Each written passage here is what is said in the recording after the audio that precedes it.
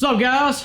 So I decided to come up to Memphis today and hit up some actual street racers, and we're going to talk about street racing. Why not?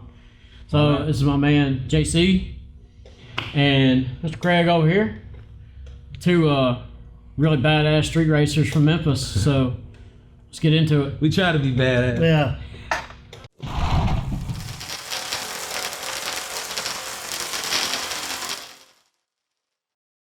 I'm gonna say people are stupid about that Lexan and stuff. Like, it's Lexan. What does it matter? Your windshield ain't glass. It's polycarbonate. But that's part of it, dude. When you're in the streets, you know what I'm saying, and the guy pulls up and he's got full on glass, roll up windows, electric windows, whatever it is, and he's a street car and he's there to race. He's not gonna look at this car that's got a VIN number and tags on it, regardless. When it's got Lexan windows in it, aluminum dash, you know what I mean, wheelie bars, you know, little shit like that adds up. You know what I mean? It does. It adds up. You know, it's like, at the same time, though, what gets me is you'll see dudes with all of that. They're slow. Yeah. That's bad. So you'll see, they got folks out there that spend a lot more money than they do actual knowledge on their car, and you can have all the horsepower in the world, but it doesn't mean you're gonna get down the street though. Oh no! You know? Well, the thing about this is a lot of people don't know the combinations. That's it. You know. Well, they think you gotta have so much power and so much this or that to beat somebody. You know, that's just like JJ. You know, when he's joking around, says, "Yeah, well, we put a 3/4 cam in there." Yeah. Well, back in the day, you know, we used to say when they said, "What'd you do? Cut a third of it off." Yeah, third of it off. Did you cut a quarter of it off? Yeah, you got 3/4 cam in there. Yeah, it's only rocking on 6 of the pistons there. We had a discussion. Me and buddy of mine had a discussion, same exact discussion the other day, and this is not a joke. I've personally had a 400 wheel car and could beat 600 and 700 horsepower cars on the street all day long. Yeah, because if you dead hook and your tire doesn't spin and it gains power all the way down there, if it is going from A to B, it takes that much of a spin for this mug to go right on around. Well, look at Asians, all-wheel Jeep. Yeah, it's all-wheel drive. It's nasty. I mean, it's Asians. Shout out to Asians. Asians done something. That's talking about a sleeper little Jeep. That mug is bad. 800 to the back wheel. To the 4 wheels. Well, it's just the back wheel when they do Right. But yeah, it's he's got slicks on all 4 wheels. 50. Yeah. Going to the 4 wheels, you know, but dude, still. It's nasty. It's nasty. You see how it left though, man? It left so hard. It's like that ain't right. You know what I mean? It's a Jeep. You know, I can put groceries and 300 people in this jet. You know. Same thing with Trailblazer SS. There's a dude at LS Fest had one that was just. Oh my God! Yeah, but they're stupid fast. They're stupid fast from the factory. Yeah, but all you got to do is put a cam. We did it down there at Hernando Performance. Whenever Lee had that shot, we took one in, put a cam in it, and I think that's literally all we did was put a cam in it, and then he tuned it. And we took a drive beforehand and the drive afterhand right there from I-69 to that first time. We counted that as the 8th. We nailed it, man. We see what's going on. That's just like the 6.2 LS. You can take just a plain stock bottom end LS 6.2 and put a cam and good heads and a tube, carburetor, and put a carburetor on it. Dude. Well, you carburetor it. Dude, hey, they're pumping out. They're nasty. 800. Yeah, and you can beat the crap out of them. You can whoop on them all day long and drive them home. Hey, that ain't including the 150, 300 spray they put. Yeah, I can tell you what I'm ready to see somebody build because I haven't seen a full out crazy build on one, and that's the new Track Cats. New Track Cats. The Track Cats. It's the Track Cat. It's the Grand Cherokee version of the Hellcat. Yeah. It's a Hellcat. It's a Hellcat. It's a Hellcat. It's called a Track Cat. It's a Hellcat in the Jeep. But it's with the new Jeep Cherokee all-wheel drive. Yeah. So it's going to be there. They say they're going to be just like the Hellcat. You're going to push a button and it's going to have 1,000 horsepower. Oh, that's what's nice about the Hellcat. I ain't gonna lie. Those things are cool because you can be running down the road at. There was a video a little while back I watched that I laughed till I died because this dude in the Hellcat and an import. I don't remember what the guy was in. SRT4. SRT4. That's what the guy was in. And they were playing on the highway. Yeah. And SRT4 take off, and you see the guy, he nails it. And SRT was quick. It was probably 550 horse or something, you know. Out of street tires on these things, they just rolling it out. Yeah, they just rolling. It was just a roll. Yeah, they were playing on the highway rolling. Right. And that freaking SRT4 launched, and the guy's like, okay. And you see him back up, and he pulls the second side, guy goes, and he's like, all right, let's go again. Dude goes. Walked off. Watch this. From 500 horse to 700 horse. Just what I thought was one of the coolest things when they came out with the damn Hellcats. You know, they had them 2 different keys. You put one key in at 700 horsepower. You put the other key in at 1,000 horsepower. Right.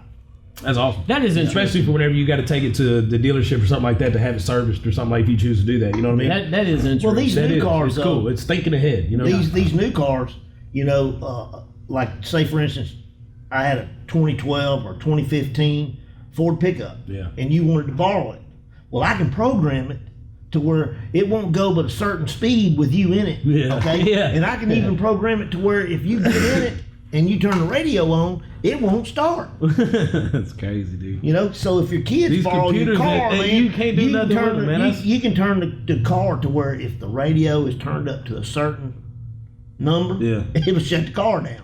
Man, I feel for like people like you that work on these cars all the time, these everyday kind of cars, man. Because it's like the other night we got the Turnmeyer's got a new little S10 in there, a little street truck, right, or race truck, and bought it turnkey, right. Didn't crank, didn't run, nothing like that whenever they got it. It was supposed to, whatever, right? So anyway, we did more work to that truck in 2 nights than I could have done to a modern vehicle these days. Like literally, I'm talking about a lot of work. It's gonna be a little bit of both, I think. Honestly. And it was boom. You know, it's fired up, it's ready to go. It's gonna be the big change is gonna go from people that need mechanical skills to put something together.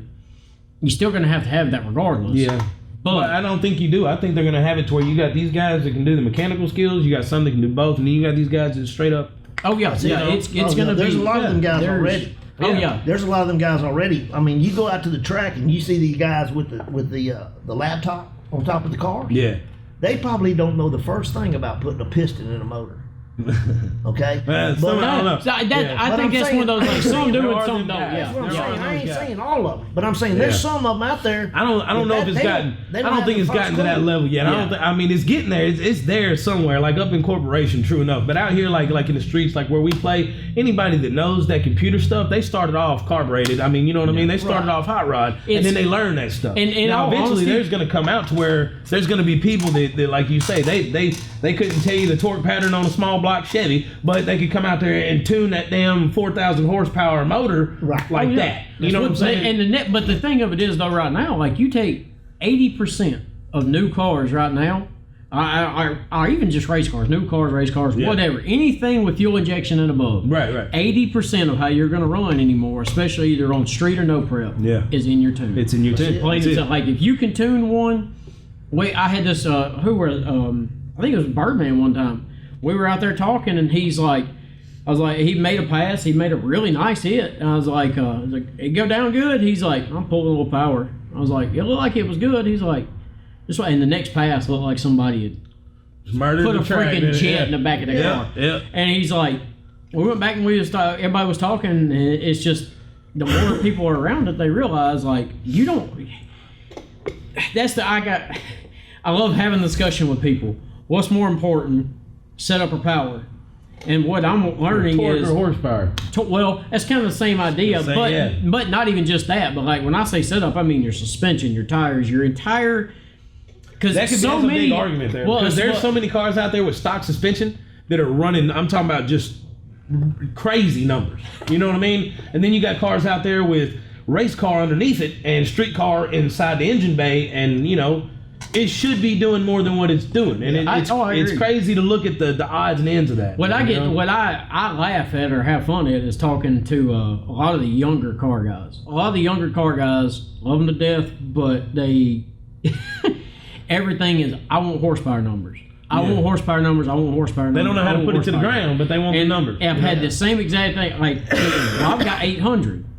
Okay, how many gears you spinning through? Well, 3. Okay, well, how much you want to put on a run? Because I've got 400, and I'm on a radial. And I've only got 3. And it's like, I mean, so that 800 you're spinning in 3 gears, so that 800 just dropped to 400. No, exactly. Because you didn't get your 800. Nope. Probably less, actually. Right, because half of your horsepower just went up in smoke. Yeah, exactly. So what good is the 800 horsepower if you can't plant it? Yeah, exactly. But the crazy part on top of it is though, is like a lot of the new cars and stuff. Some of the freaking launch controls and traction controls in the new cars. Yeah. Well, it doesn't matter because you can put you take a the Demon, for example.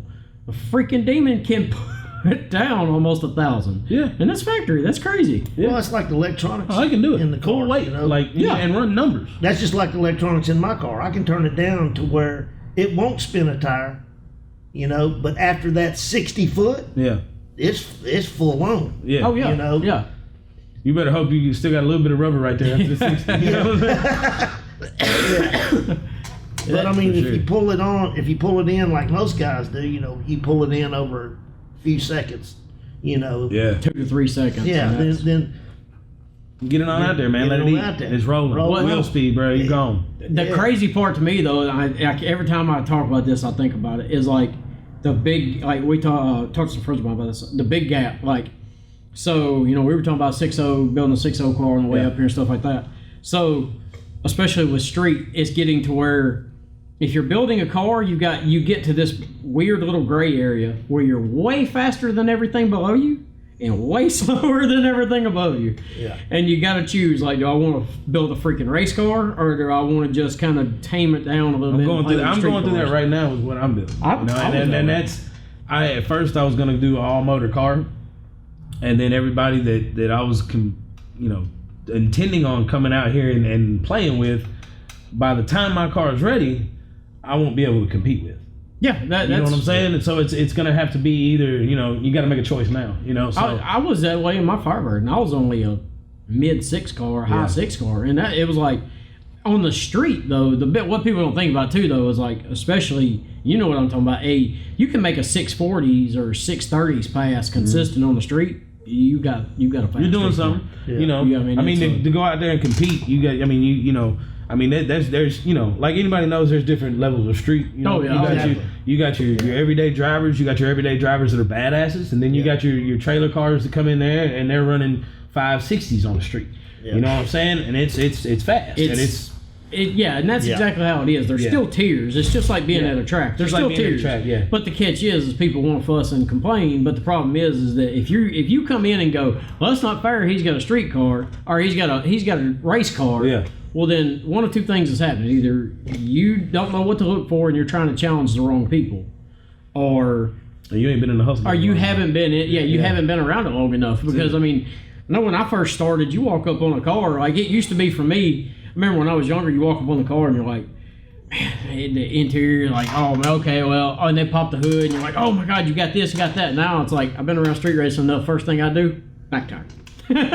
Back tire. That's all the first thing you look at, First thing, if you walk up, I don't care. I got 1,000 horsepower.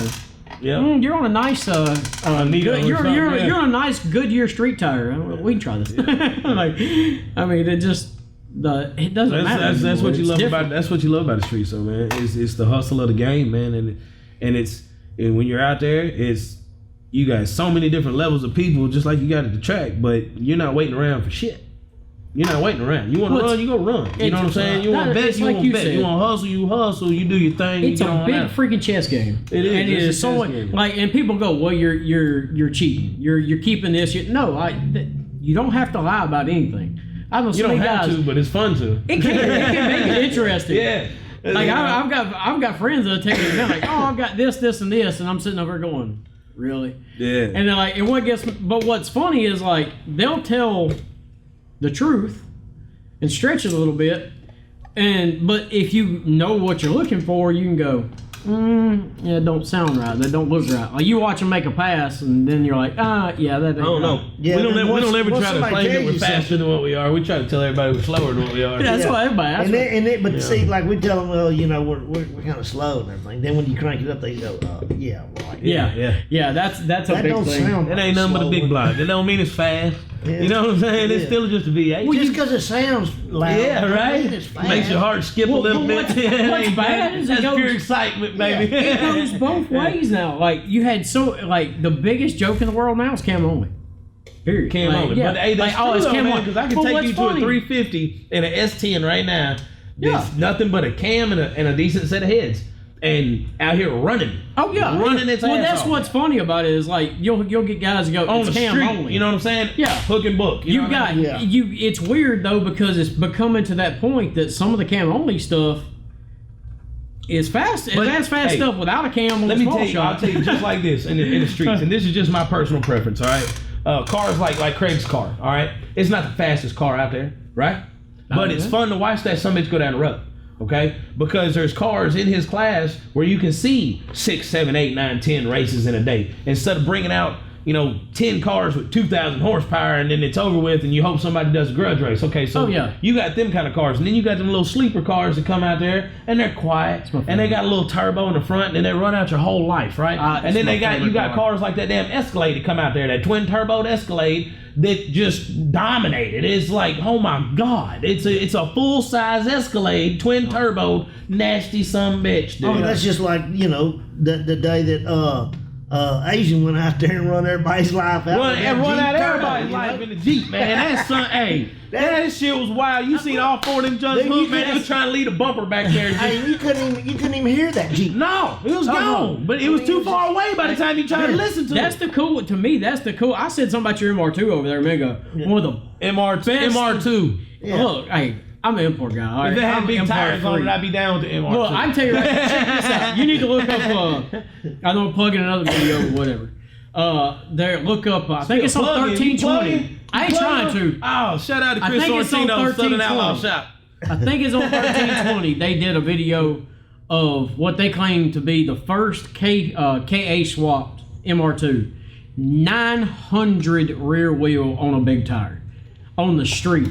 And I'm talking about. That's got to be a tube. Oh yeah, it's got to be a tube chassis car. No, I'll tell you what it is. It's a butt pucker. Yeah, I mean it's a butt stupid. pucker. It's like he's beside 1400. He's beside like 12, 13, 1400 horsepower. Yeah, he got the motor and everything sitting right there. GTRs and everything else. And I'm talking about he's just you hear the 1, 2, 3, and all you see is this little green bullet. Just deuces. I mean, he's gone. Man. And but I mean, put mine in a big old box Chevy. I don't feel safe. I love weird stuff. I like man. feeling It's safe. fun. I like feeling dangerous, but That's like safe them at the Boss same Hoss time. motorcycles, dude. Oh God, dude had one with a 406. No, I'm gonna tell you something, dude. Now, you want to talk about stupid things? You can hey, you gotta have a seatbelt to keep you on the seat. Have you seen the new ones? That's too much, man. The new ones come out. You can get new ones with modded LSXs. Yeah, I bet. What? Yeah. Hey, did you see the live? Did they show y'all the live feed of that damn rock crawler that was out there on the streets with JJ and them earlier? It had the LS in it. There's somewhere. Y'all gotta have to check the videos out. It's on one of the videos, I guarantee it. Big old nasty. It had to have 45s on it. Something like that. A big old LS sitting in it, dude. Custom built. That's just awesome. Monster. It's like, dude, break that bad sumbitch out. You know, running through the cotton field.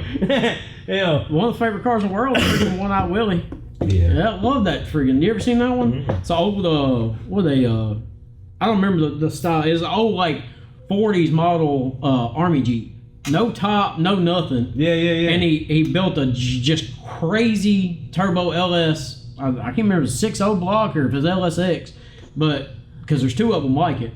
And then put the turbo sticking out one of the headlights, so they called it One Eye Willie. Oh man. And I mean, this thing is like 1,000 horsepower, 9,000 horsepower. Hey, did y'all watch?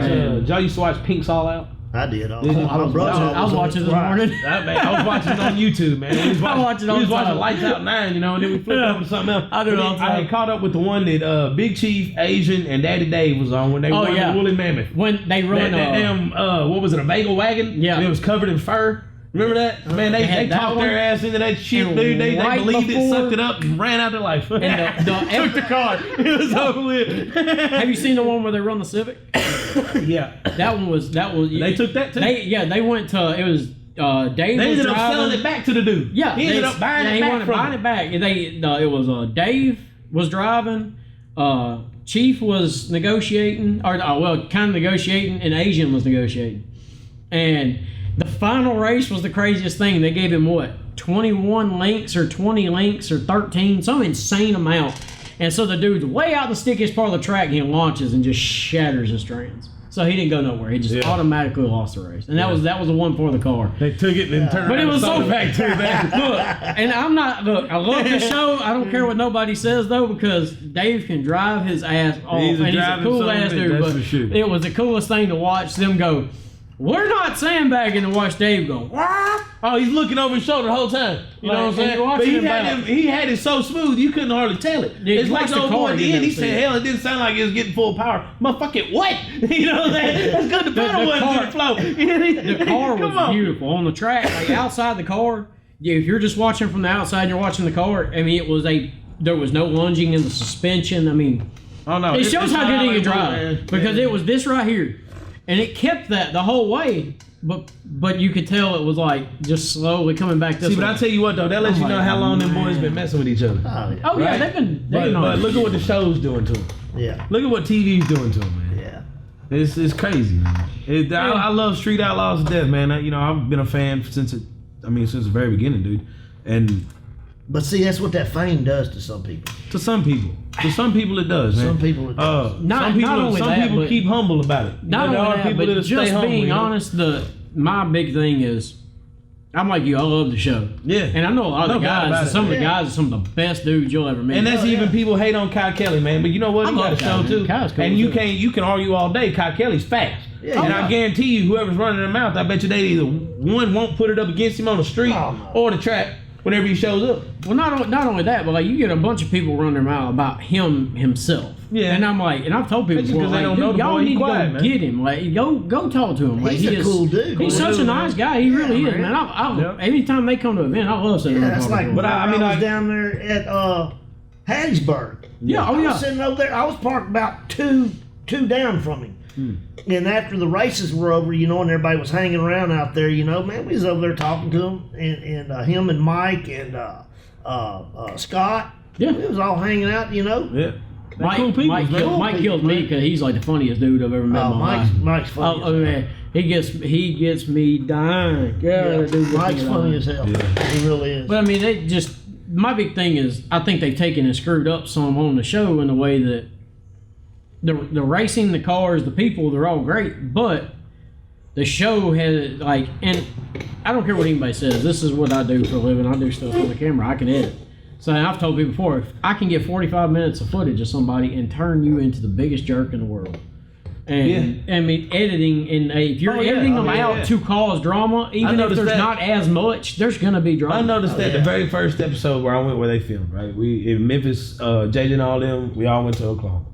And when the show came out, there was parts of the show where you seen, we was a 2-day filming thing, right? So it's like I changed clothes. I didn't wear the same clothes for 2 days, So during the first part of the episode, you got me in there from the first day and the second day, and then back to the first day and back to the second day. Oh, it's everywhere. Yeah. It's and that's what they have to do. I mean, they have to do it to make it. Well, not only that, but you have to do it to make sense. For it to make sense and be laid out into a story to the layman. Yeah. Well, because just to be honest, if it was just everybody, if it was just them going out racing and then coming back, it would have probably done okay, but it wouldn't have got the following it's got now. Yeah. Just because it's brought people a whole into new racing to the that and then what gets me though, and so this is a pretty good touch point that I think is interesting, is I've had people go, that ain't street racing. Okay, explain why. Well, they got the roadblock. Well, that makes no sense. So you're telling me because now this is in the later years when it finally come out. They do close off. We still got the same thing right now, man. I argue the same points because there's two different worlds of street racing now. Yeah. Used to, it was all the same thing. Now, because of social media and because of street racers who will never be on TV, never got the opportunity to go to the show, to Pink's All Out, to any of these things that everybody sees as far as street racing is concerned, these guys are sitting back on the streets and they're racing every weekend. Every weekend they come out here, they race their car, they run from the police, and this is their life. Oh, there's guys all over the place. You have guys that want to be, that have the opportunity. You have guys that don't want to have the opportunity. That divides the worlds right there. You have legal street racing, which is on TV, and you have illegal street racing, which happens every weekend. Yep. Yeah. I mean, it's a fact now. You know what I mean? It does happen. Which I love both of them. And granted, hey, if I can go out there and not go to jail, fuck, I'm for it. Well, you know what I'm saying? That's my big thing, and I've told people that. I don't. But I ain't scared to run from the police at the same time. I've had people go, well, that's not street racing.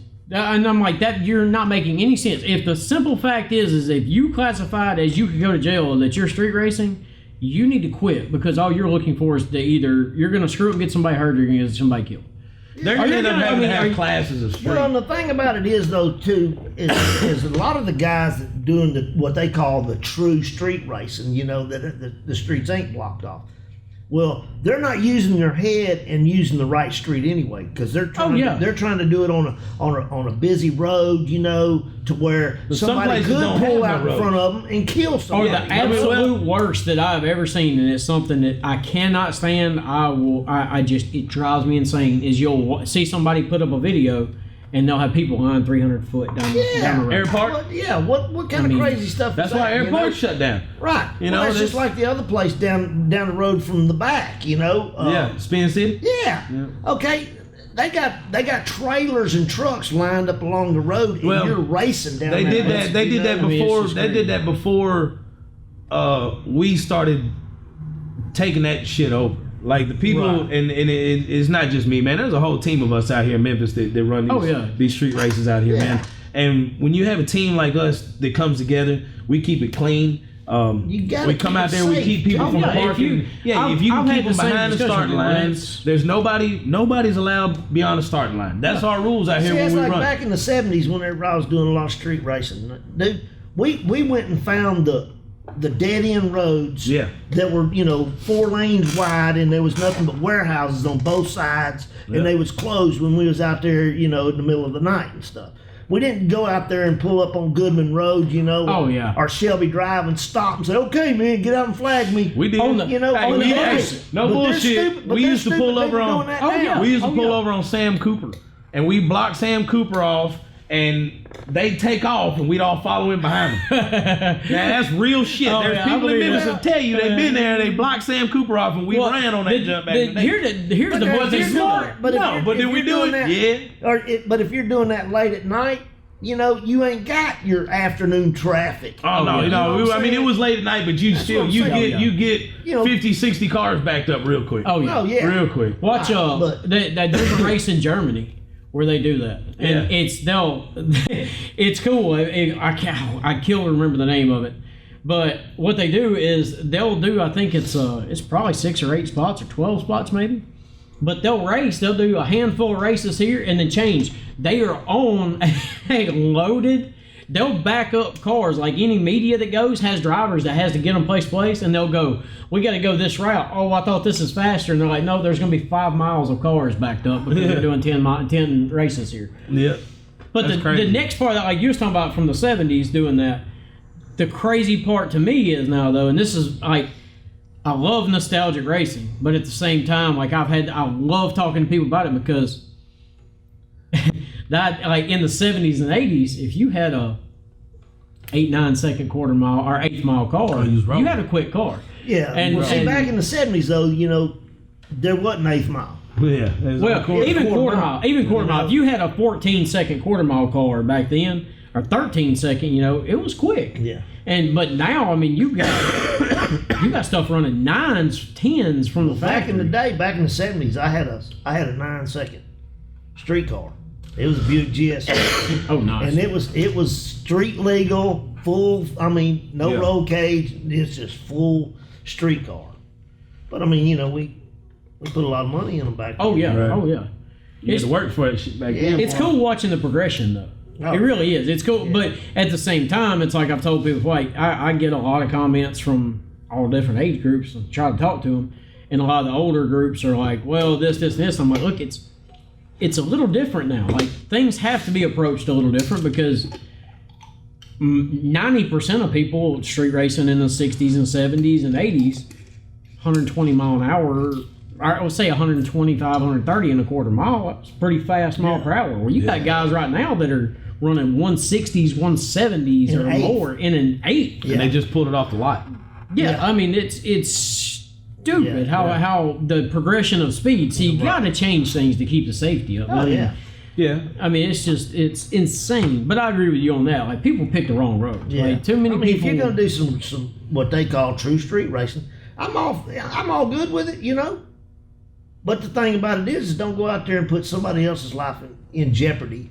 Oh yeah, over something stupid. For you to have fun. You know what I'm saying? Yeah. Have fun. We've told people before. Like I've been out just like you guys, street racing a whole ton. And we've told people before, a lot of times, like you'll go to a car meet and people talk about racing. Worse than like I've seen it. People go, okay, we want to go racing. Okay, wait till everybody's done. We'll go somewhere safe. We'll do this right.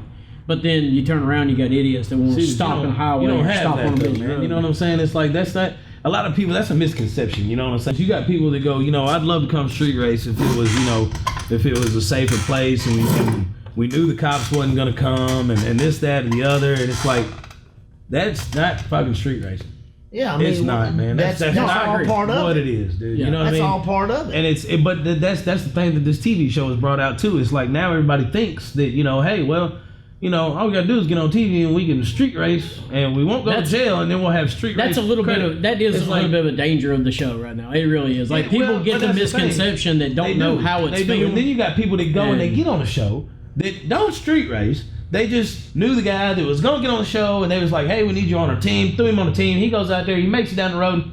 Now he's a street racer. Well, even not like the people that are on the TV show that have been on street racing their whole life. Yeah, like JJ and them. They've been racing on the streets their entire life. Oh yeah. Chief and them, their entire life. Yeah. Okay? But it's brought out to where you can go to all these different states and cities, and they're bringing the bracket racers, and they're bringing the grudge racers, and they're bringing the no prep racers, they're coming to the street, and I'm a street racer now. You know what I'm saying? Even more than that to me though, what I was more meaning is like you was talking about the idea, like they're watching the show and going, oh, okay, well I'm good. The cops ain't gonna mess with anybody on it.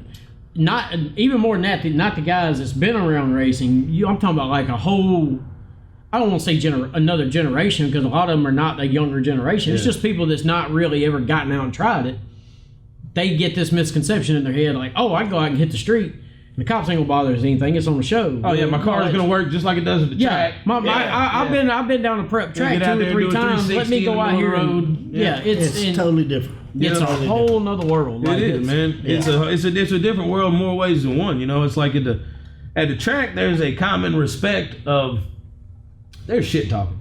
You might see a fist fight here or there. Right? It's pretty rare. Right? Even in the streets, though, here in Memphis, there's things that's known that you don't do. Oh yeah. On the streets. There's things that you don't say on the streets. Yeah. There's ways that you don't act on the streets. It's a different etiquette. It's a different etiquette, man. Completely different etiquette. And a lot of people think it's fake because, again, like the media, everything else that makes it look like, oh, well, these people are out here doing this and, whatever, and it's okay. It's not only that, but then you come to a place like ours and you go out there and you pop that jaw and you get fucked up and they're wondering why. Not only that, but then other people on the other side of that watch and go, I can't stand people talking like that. I can't stand somebody being so rude, being this mad. Loud, I get that all the time because I'm loud. I'm obnoxious, and I've told people like, look, it on the street to me is more akin if the only type of real track racing that's anywhere near on the street is going to be the no prep grudge world. Yeah, and that's because, to be honest, a lot of times if you want to race,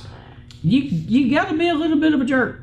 I mean, it just 9 times out of 10, if you can't sit back and just kind of go at it with somebody a little bit to get your race, you don't want to race bad. Well, you make it fun too. The shit talking makes it fun. You know what I mean? And the thing about it is, it's a mutual respect. You got them ones, you got to talk a little shit, right? Okay, but then you got them ones that can talk the shit, but yet they can't take the shit when you talk back. Yeah, there's a lot of them. There's a lot of them. There's a lot of them. And then they get. I'm gonna put the word out there. Butt hurt. Yeah.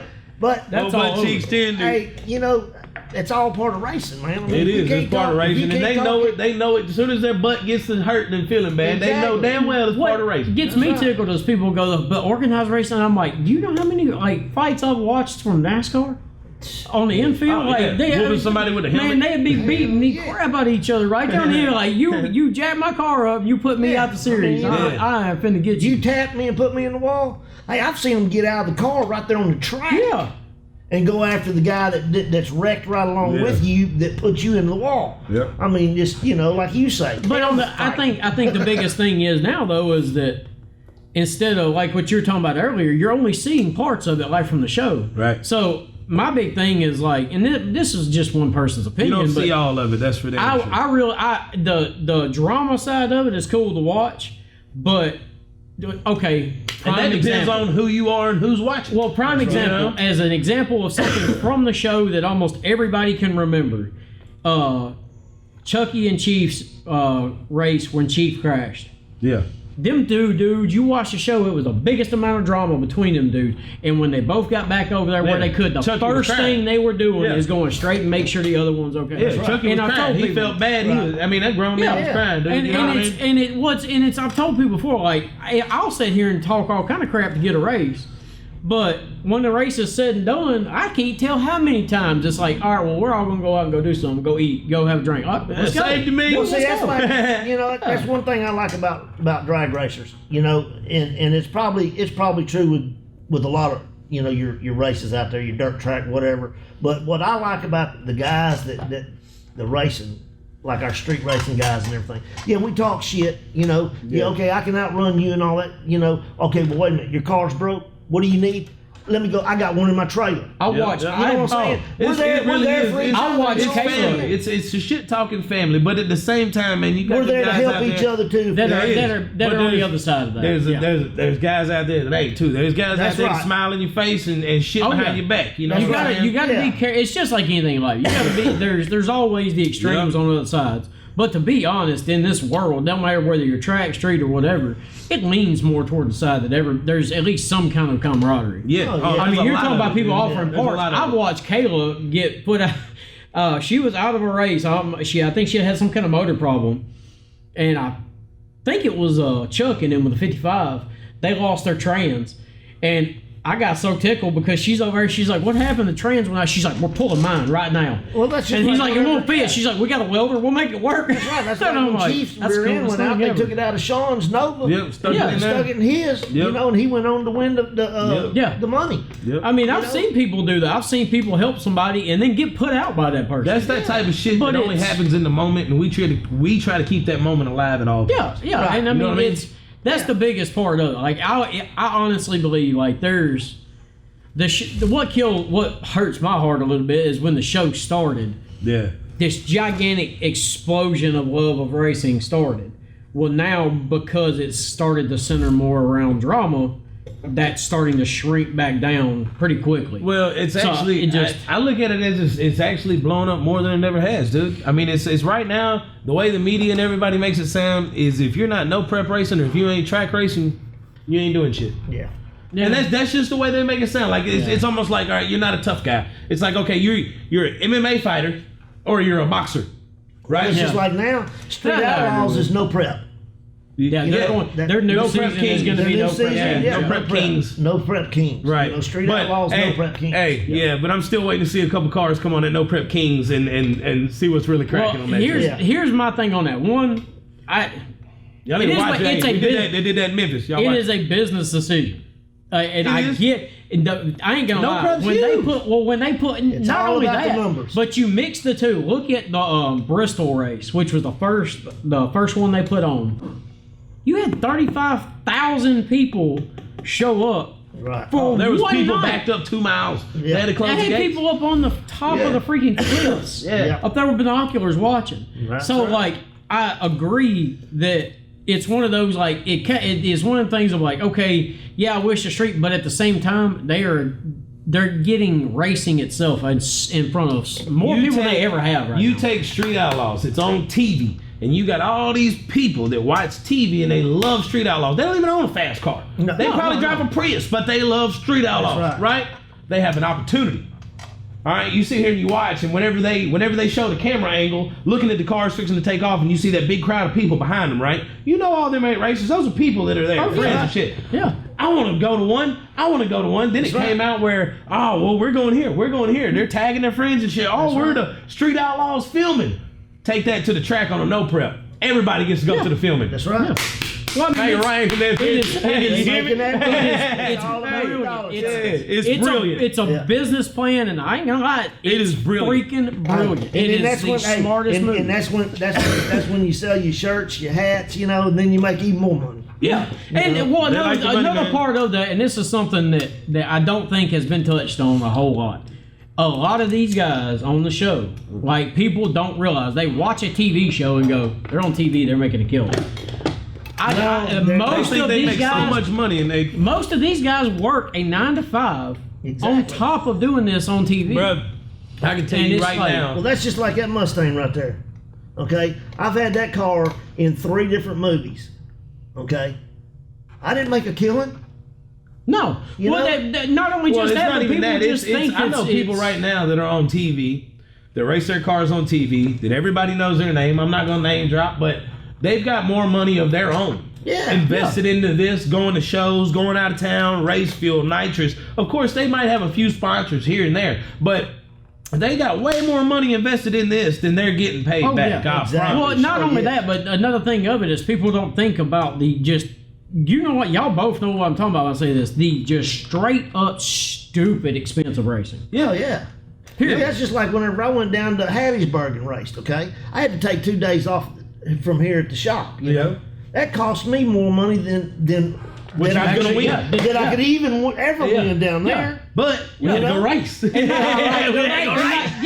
big thing of it. And it's the love of it that people do. I've told you before, if you don't love it and you don't just get a real out of it.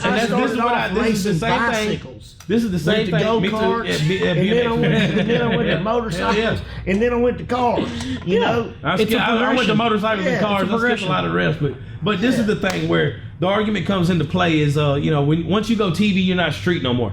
That's not true at all. Because I guarantee you, any of them from any of the New Orleans, Memphis, 405.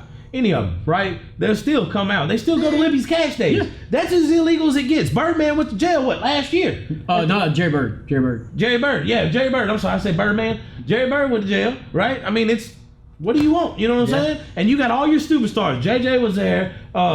A lot of Jeffrey James, the Big Block Killer was down there. Precious was down there. Pretty much all the big names from New Orleans. It was a Street Outlaws damn near reunion down there. And then you had people like the Mistress in there and the Godfather in there and Marcus Gaston. And you had other people thrown in the mix. But it was all these people that are on TV. Wasn't no cameras down there. The only camera down there was like 13, 20. You know what I mean? Yeah. That's street shit. That's street shit. I've had the discussion. So you can't say just because they got a TV show that they're no longer street. No, they're getting paid a little bit. There's a lot of times where when they're not on the TV, they're out on the street racing and testing. Yeah. Oh yeah. And the thing is, it goes all the way back to I love the street race. Right? I love it. There's nothing in the world. It's not a track. You can stand at a track all day long and see all the racing you want to, and you can leave that track, go to the street. And it can be 2:00 in the morning. You get a fresh breath of air. You're ready to stay here all night. It's insane. All night. It's insane the number of people that actually just do that. Yeah. Or what's even funnier to me is I could probably name 100 people if I wanted to that they will go to big events and not even to run the event. They might make one pass. I don't care if I get put out first round. I'm here for the night. Yep. And I mean, they leave there and go hit the street. Yeah. And there's guys. And what's funny is people don't think about it is it's just one of those like. It's like you said, it's a whole nother world. It is. It really is. And it's a whole nother world from the TV side of it to real street racing, which, hey, before JJ and them got the show, dude, they was out there every Thursday night, sometimes Saturday and Friday night. Oh, I know. I'm talking about every week. Yeah. Every single week till 2, 3 o'clock, 4 o'clock in the morning, and then driving all the way back to where they live. You know what I mean? Yeah. And they put in that work, dude. They was out there actually doing it. You can look on Facebook and find hundreds of videos or live feeds of when we was out there and the police running us off, pulling up on us, running us off. You know what I'm saying? Oh, yeah. And now they get to do this stuff as long as they want. No. You can't hate like when JJ left that one night and wrecked his truck. Tore his 2 cars. Yeah. Hafer who's paying for that? See? Yeah, JJ. Yeah. The Nick one just like that. Trust me, Discovery Channel didn't pay for it. Yeah. Barry Nichols. I bet that. Yeah. Wrecked the car got wrecked. Yeah, Barry Nichols. And it was not a secret on he did a great job getting the car back together. He paid for every time of that. Yeah. And then it was one of those that was why it was the biggest heartbreak for me to see it. It's not like you go out and wreck your people sit here and they go, oh, well, they got this amount of money, they got this much money, they can do whatever they want to. And true enough, there are people out there in the race world that were born with a silver spoon in their ass, but there's people out there that made their damn weight. Oh yeah, they started off with shit, and now they got money and they can do this shit. So don't hate on them because they made it. There's still a ton of them right now. My biggest admiration for a lot of the guys is the simple fact of that the show is not paying for their stuff. Like I know some of the guys. That, I don't know what they make or what they're paying for, but I know for a fact that I know somebody that's got more money invested than what they've got paid back. Well, that's a fact. Yeah, it's not a little bit of money. Not even just that. I'm talking about people that I have talked to people and know people that's been regular on the shows and said, I still work a full-time job. I have to. I don't make enough off this to support everything. And it's one of those things of they do it. It's like you both said, they do it because you love it. You don't do it because you're going to make money. Man. The smell of race fuel and burnt rubber in the street is completely different than the smell of race fuel and burnt rubber in the track. If you were just happy it's the exact same car, enough. exact same setup, exact same everything, and it's different on the street. Yeah. It's different. If you just happen to be good enough to make your living off what you're winning all the time, that's just a bonus. Yeah. I mean, it really is. And that's...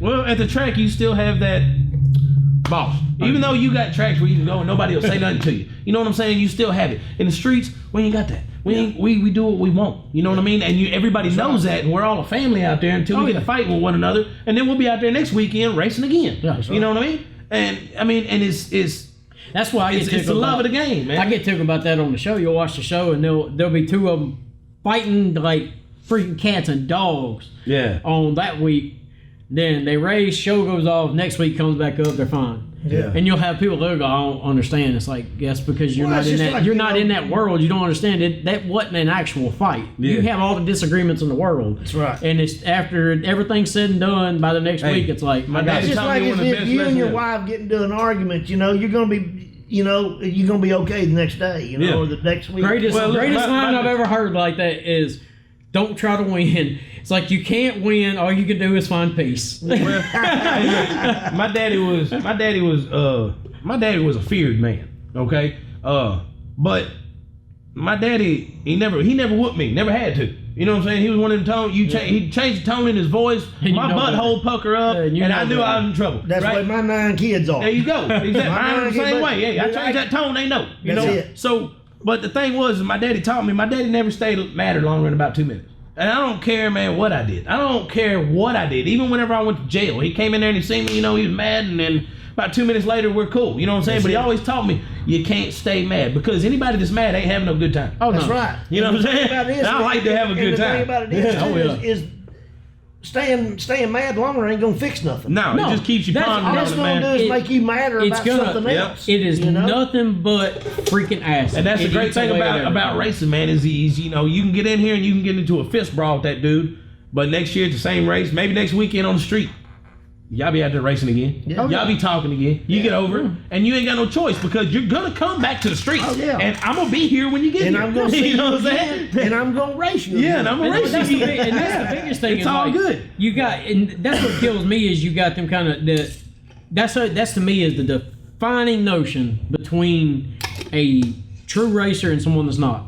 He beat me. I ain't got nothing for him. I don't want nothing to do with him. I'm done with it. Or he beat me. It's all right. I'm finna go bump up a shot, or I don't know anybody that gets beat and goes, "No, I ain't racing anymore." I've met some younger, I won't say younger, but people. Yeah, they're not racers. Yeah, that's what I'm saying. The thing about it is like if you go out there and you get beat, that just means you need to go put it in the garage. You need to do a little tweaking. Yeah, tweaking. That's change a little something. Finding that mix. I don't care what nobody says. There is zero consistent thing of I need to do these 4 things and my thing will be fast.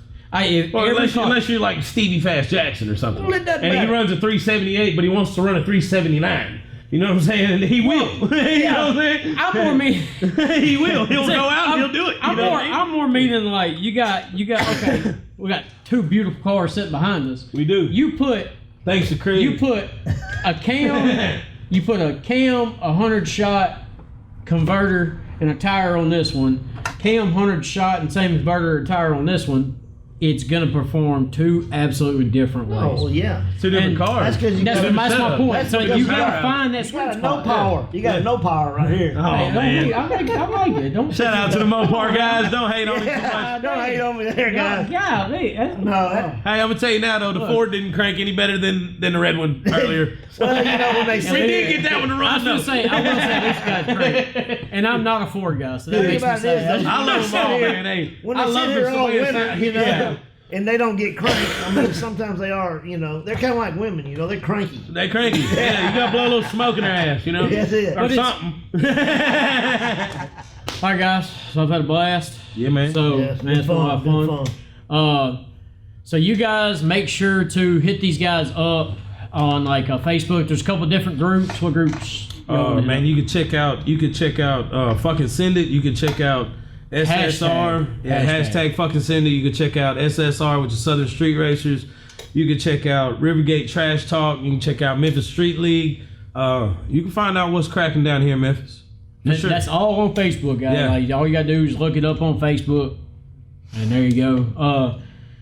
I want to thank Craig for letting us film here at the shop. No problem. This is like, they're right there, dream car. Dream car. Even though they make it could be yours for the right price. Yeah, man. I'm poor. You lay down $100 bills, you know. Hey. Yeah, it's been a blast. Man, tell them. I just want to give a shout out to my guys, my team, SSR. Yeah, shout out to SSR. And my D&D Racing.